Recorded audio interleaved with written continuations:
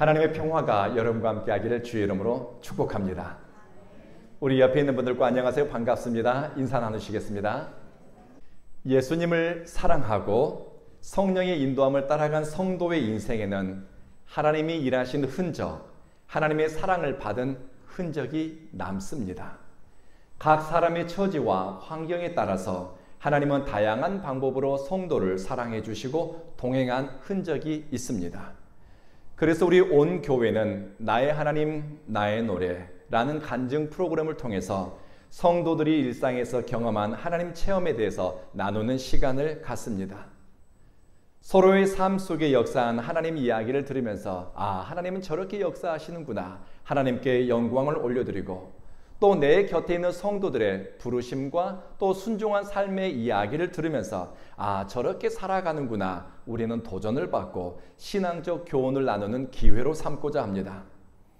오늘은 이기경 집사님이 하나님과 동행한 흔적, 그리고 하나님의 부르심과 선택에 관한 이야기를 나눌 텐데요. 여러분 이기경 집사님을 위해서 기도해 주시고 또 집사님의 신앙 고백을 들으면서 하나님을 더 풍성히 알아가는 기회가 되었으면 합니다.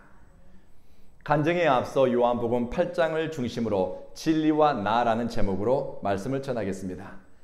간증이 있는 날 설교 본문은 그날 간증자가 가장 좋아하는 본문을 중심으로 제가 짧게 설교를 준비합니다. 제 오늘 설교는 굉장히 짧습니다.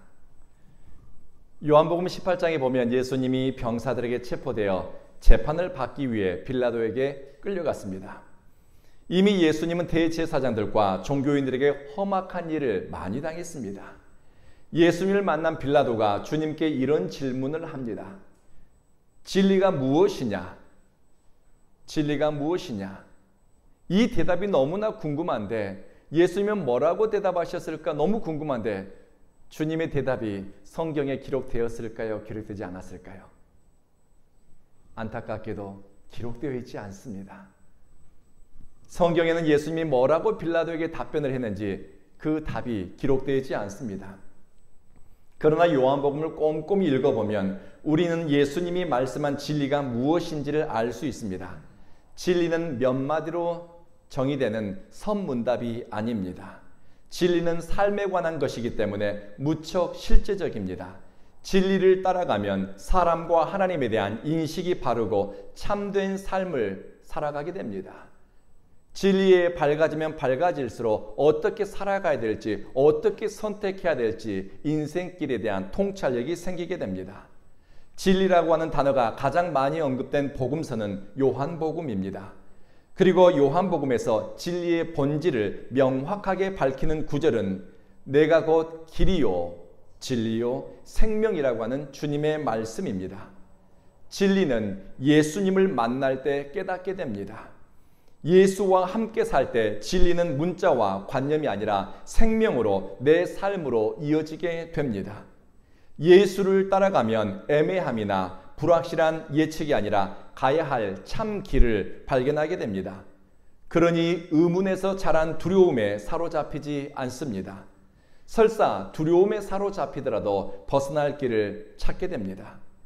예수를 내 구주로 믿고 예수를 위해 선택한 성도는 세상 보기에 그럴듯한 길이 아니라 주님이 기뻐하는 길을 선택하고 그 길 위에서 하나님과 동행하는 것을 삶으로 살아냅니다. 예수님은 자신을 믿고 따르는 유대인들을 바라보시면서 이렇게 말씀하셨습니다. 여러분이 내 안에 머물러 살면 참으로 내 제자입니다. 그리고 진리를 알게 될 것입니다. 그 진리가 여러분을 자유롭게 해줄 것입니다. 진리를 의미하는 히브리어 단어는 에메트라고 하는 단어입니다. 믿음이나 신뢰를 가리키는 단어입니다. 이 에메트라고 하는 단어에서 아멘이라고 하는 말이 나왔습니다. 진리란 내 삶을 예수께 붙들어매는 견고한 연합입니다. 진리는 내 인생을 떠받치는 기초라고 할 수 있습니다. 진리를 듣고 진리를 따르는 사람은 예수님을 신뢰하는 사람입니다.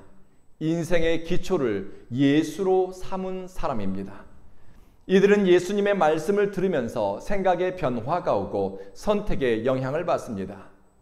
그래서 바울은 고린도후서 13장에서 이렇게 이야기합니다. 우리는 진리를 거슬러 아무것도 할 수 없고 오직 진리를 위해서 일할 뿐입니다.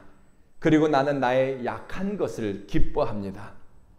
바울이 진리 대신 예수를 붙잡고 예수를 힘써 사랑하고 예수님을 배워갔더니 약한 자, 무능하고 세상에서 소망 없는 사람, 경쟁력도 없고 어중간한 인생들이 예수 때문에 빛을 발하고 약한 가운데서도 하나님의 능력을 드러내고 궁핍함 가운데서도 하나님의 부유함을 드러내는 그 순간이 오더라는 것입니다.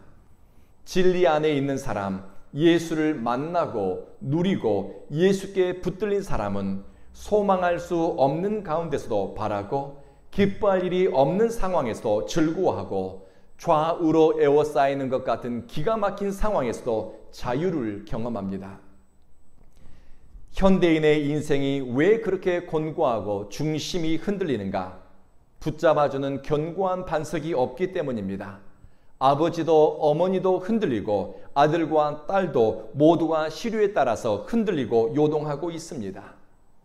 가까이 지내는 상담학 교수님이 몇 사람이 있습니다. 대부분의 교수님들이 이런 이야기를 들려줍니다. 많은 현대인들이 마음의 병을 앓고 있다. 이들이 앓고 있는 병의 원인은 사랑받지 못해서 병이 들었다라고 합니다.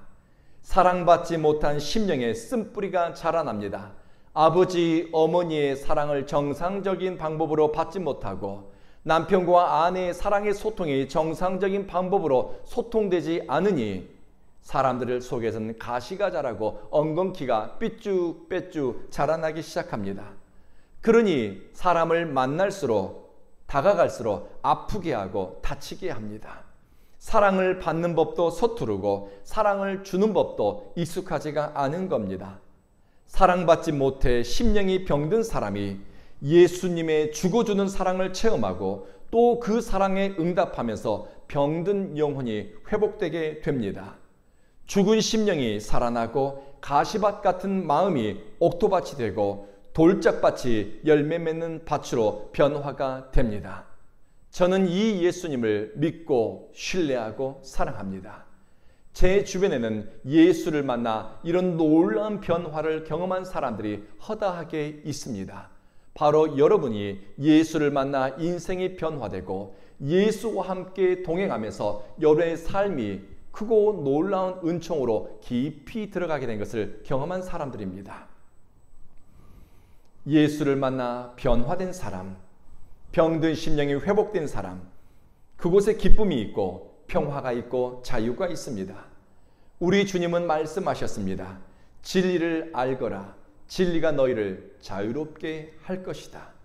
진리 되신 예수님을 알아갈수록 하나님의 마음이 내 속에 들어오고 예수님을 닮아갈수록 하나님의 성품이 내 안에서 자라가니 예수님의 말씀을 배워갈수록 편견과 독선에서 벗어나 시시비비를 가릴 일이 줄어들거나 사라지게 됩니다.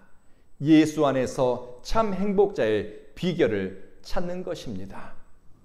이곳에 예배자로 나온 성도 여러분 모두가 예수님을 깊이 경험하고 또 사랑하고 예수님이 여러분의 삶의 기초가 되고 또 선택의 기준이 되는 행복자의 삶을 누리시기를 우리 구주 예수의 이름으로 축복합니다. 기도하겠습니다.